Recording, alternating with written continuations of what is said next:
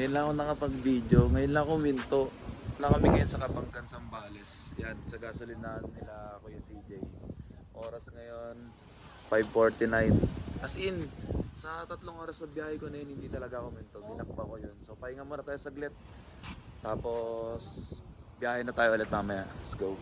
Tinuloy-tuloy na namin yung hinto dito. Nakakapayapa. Probinsya yung lugar. Pakatahimik. Coffee. Ito muna tayo.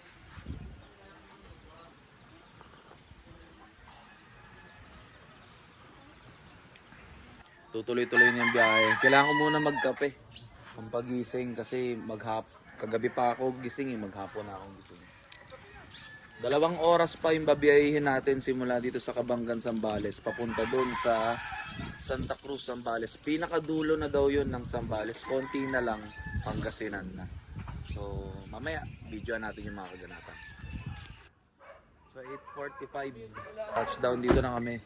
Ating na sa barangay, hindi pala barangay ito, Santa Cruz mismo. Yun na. Lagi mo natin mo, chikahan tayo kamo. Ayaw, tingnan mo. May pansit. Itsura mo. Kaso, ang init. Kaya kami aircon. Sira yung aircon. Ay, doon na tayo galing kanina eh. Ano pa pagka kaliwa po?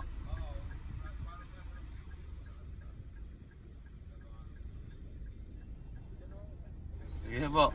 Pwede po ba lumabas dito, sir? Oo, one counter. Sige po. Bawal. Sige po. Thank you po ha. Thank you.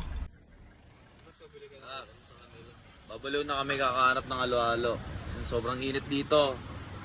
Alauna, 1:34 PM. Oo, nakailang tanong na kami. Parang 5 tao eh. Iba-ibang lugar na hinahanapan namin. Kung saan wala kami mahat na halo-halo. Putik na yan. Tapos saan dito? Tapos ang ibibigay sa amin, puro gulaman at sago. Walang nata de coco. Saan? Te, saan pa yung nagtitindahan na halo-halo dito, te?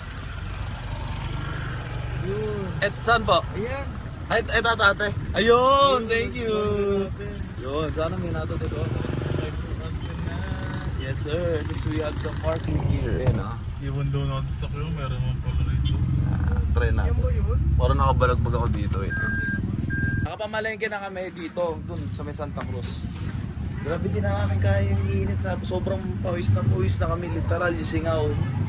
Tara, halo-halo trip muna tayo bago bumalik sa spot. Halo-halo.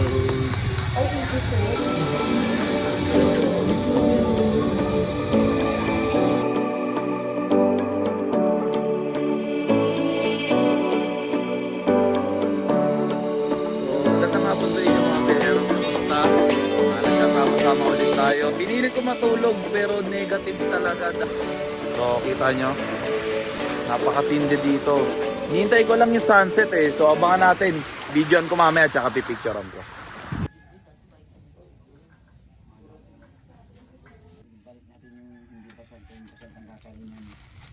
Ano po yan? Octopus. Nakuha nyo po yan doon? Ayos yun ah. Mababa na po yung tubig ano.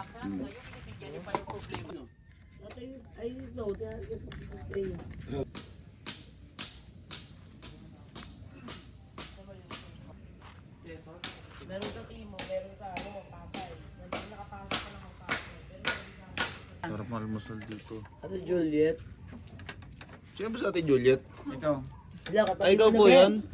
Eh, sino po yung may palengke? Kapangalan niya lang po yan? Pangalan niya lang po. Ayun. Juliet din. Almusal natin. Juliet din pala. Almusal natin. Ako ng handok. Saan talaga pumunta ang daming aso? Oh. Kalat yan. Oo.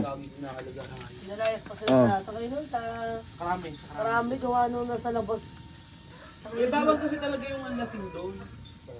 Karami, sentito Daming ni Pia. aso. Good morning sa inyo mga biyaheros. Sa akin, magandang umaga sa inyo, magandang gabi o kung anong oras man nyo to pinapanood. Kita nyo, umaga natin dito sa dagat ng Sambales. Wala naman na siguro akong i-content dahil hindi naman na tayo maliligo. Tapos wala naman na siguro tayo ibang gagawin kundi kumain lang at magpahinga.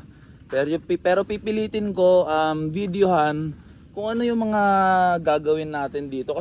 Sensya na kayo sa gupit ko kasi hindi pa ako nakakapagpagupit simula nung Pasko at saka New Year. Tapos yan, susunog na naman yung balat natin. Puti na natin pero nasusunog na naman. Pero okay lang yan kasi ganito naman talaga pag umuwi ka ng probinsya pag nagbabakasyon ka, di ba? Sunugan talaga, mainit.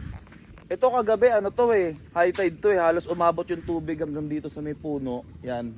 Malakas yung agos. Diyan ako nakatulog dahil sobrang naririnig mo yung agos, parang umuulan na relaxing talaga. Pero ngayon pag gantong oras talaga, buwababa yung tubig. Subukan natin lakarin, tara. Kaya alam baka mabato at saka madulas. Baka lumubog naman ako dito. Hindi naman. Safe naman. Katakot lang. Explore natin yung lugar. Yung dagat. Taas nito kagabi. Wow! So relaxing. Lang kapag gantong oras, wala kahit gusto mo maligo. Hindi ka makakaligo. Maputik. Negative ka makaligo dito. Sa hapon lang talaga, tanghali hapon hanggang gabi lang. Wala, lakad ka lang gagawin mo dito.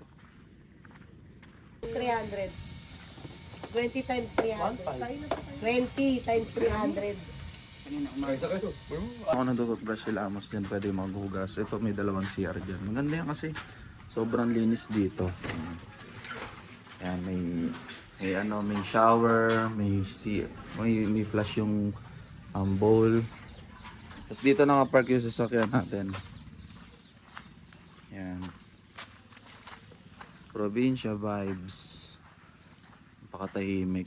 Sarap magpatayo ng bahay dito. Yan sila nagpapatayo ng bagong bahay. Diba? Walang gugulo sa'yo. Ito yung sakyan natin. Sobrang dumi, sobrang alikabok. Bakbak yan sa biyahe. Yan lang siya nakapark. Yan. Manila. Ako na bahala magpalinis niyan.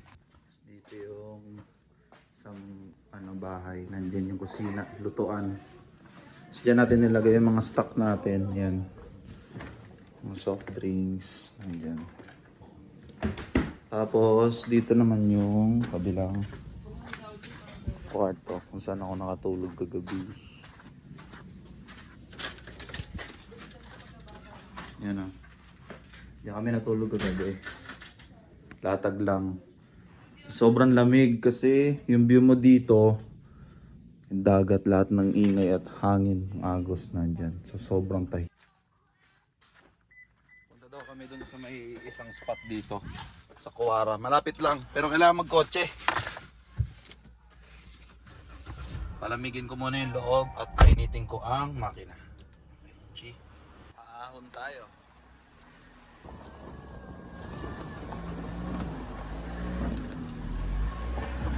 Gagawin niya si Ochos, biglang ginanong humila yung cellphone. Sabi mo yung pinunta namin sa Batangas na.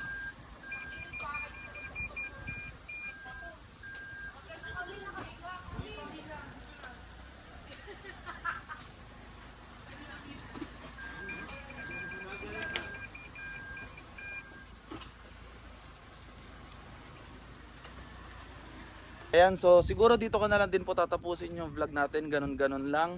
Maraming salamat po sa lahat na nakatapos ng video. Hanggang sa susunod na lang po natin ng mga biyahe. Susunod, ang next na biyahe natin, magmomotor tayo, ibang probinsya naman. Maraming salamat po sa lahat ng sumusuporta at don't forget to share po yung video pag nagustuhan nyo, like nyo po, and subscribe. Laging tatandaan na may silang magbuhay, kaya dapat laging masaya. Salamat po. Bye-bye po. Dudes, thank you po. Thank you. Yan na. Yan na kami. Reality na ulit. Balik ng Valenzuela. Manila.